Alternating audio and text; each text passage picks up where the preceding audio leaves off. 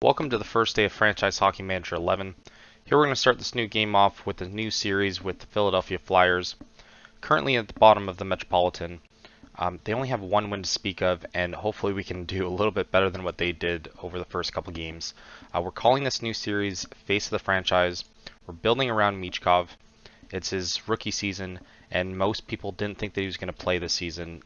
They thought that he was going to play a couple seasons in the future, but somehow Philadelphia Flyers managed to weasel their way into getting him to start for them this season, which, I mean, obviously you want him to play as early as he can in the NHL, and he looks like he's NHL ready. So we're going to build around him.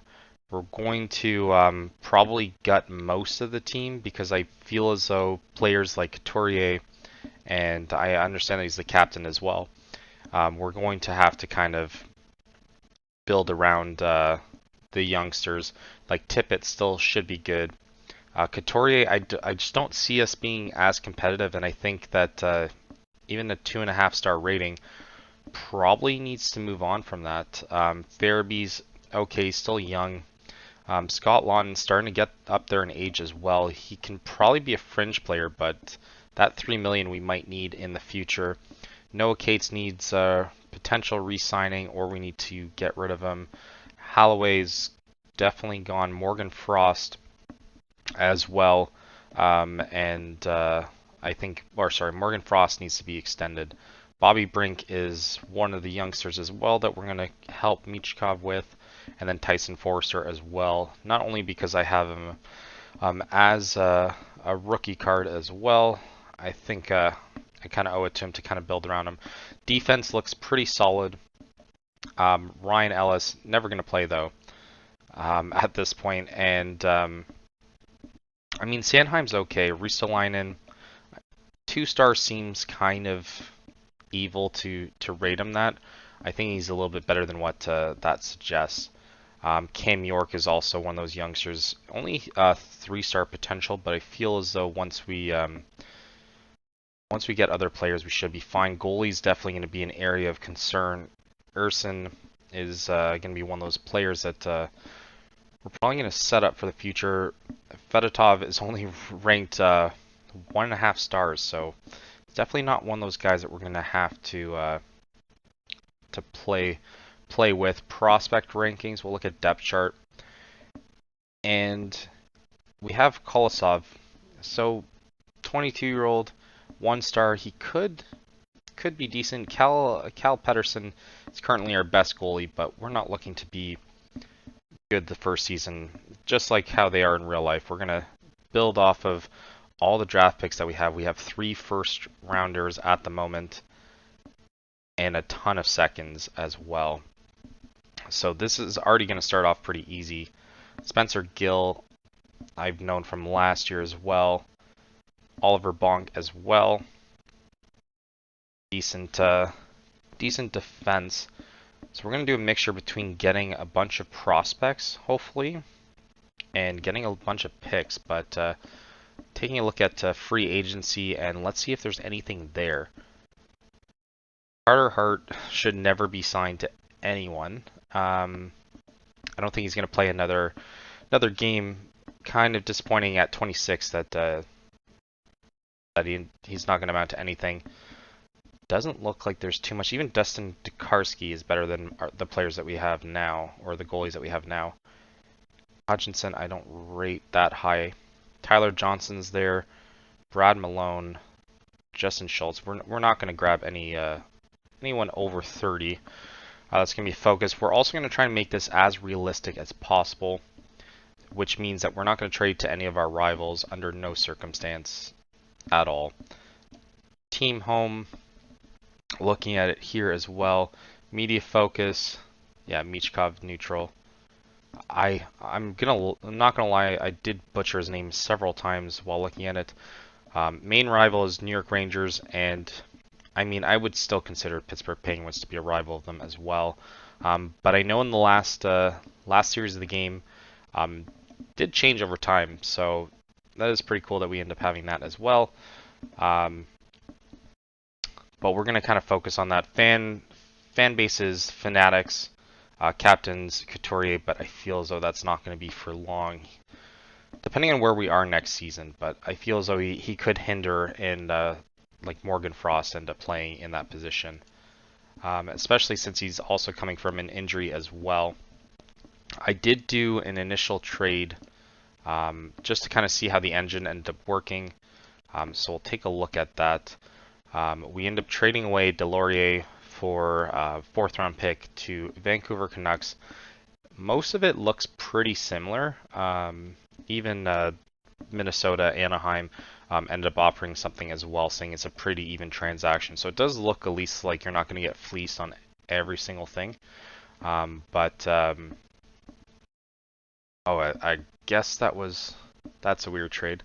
Never mind. Maybe teams might be. I don't know why anyone would trade for that player.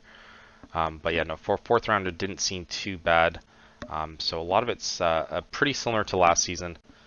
But I know that there's options in terms of the training as well that I end up seeing in the new things of the game. We'll take a look at the assistant dress players and currently see what lines they end up suggesting us. Yeah, that's not going to work. Michkov is definitely going to be at the top. So I think anyone that's kind of hindering on him being that that position, Konecki might have to go as well. Owen Tippett, I mean, we're pretty set for right wing.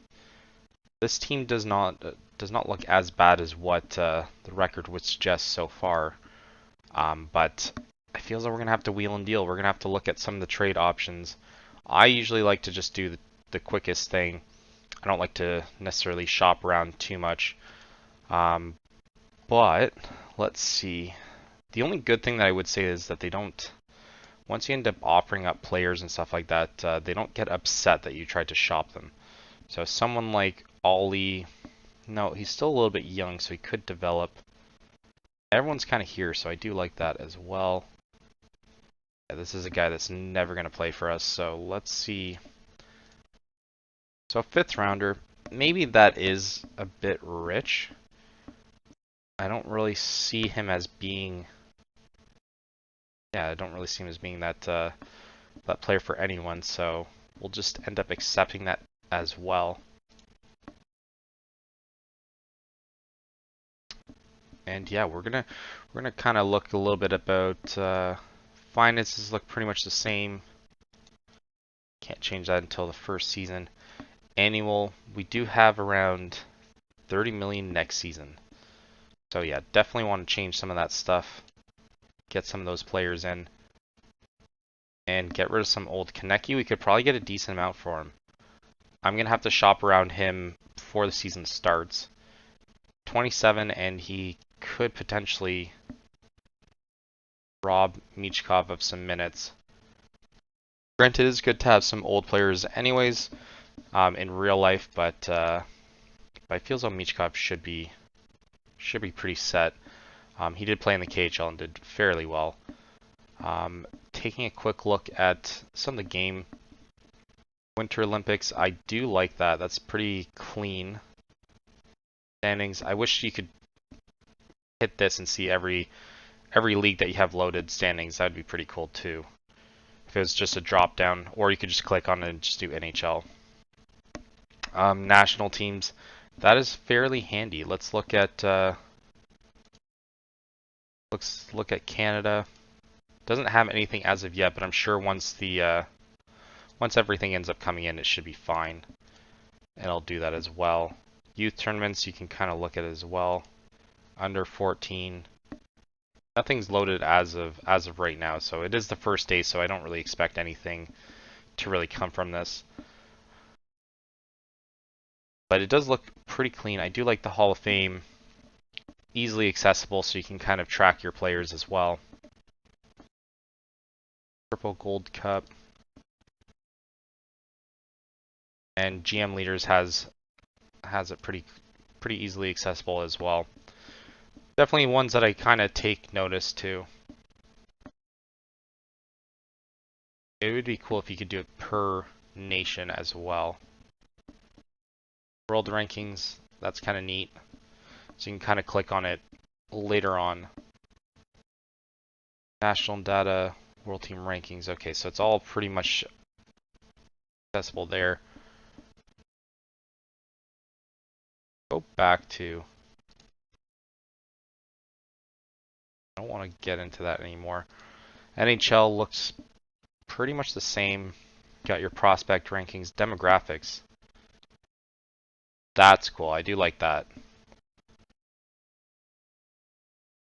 Yeah, that's pretty neat. We'll definitely have to explore this a little bit more, but it does show all the players that are in the NHL, where they're from, what city they originate from. So I do like that. Team stats. I don't know if I'm going to use any of this information. Oldest team. I mean, I actually do like this. I like this part out of everything. These ones I don't care about as much, except for knowing that Ovechkin is apparently the 4th heaviest player in the NHL. No, that's not even chronological. Okay, so it's not ranked that way. That sucks. But I guess it shows the heaviest player on the teams. That's kind of mean. But yeah, we'll probably focus a little bit more on this. I do like oldest team aspect. Edmonton currently the oldest, and we are towards the youngest. Buffalo is the only one that edges us out, other than Montreal as well. Oh, and Carey Price gets factored into that, so that's kind of cheating a little bit.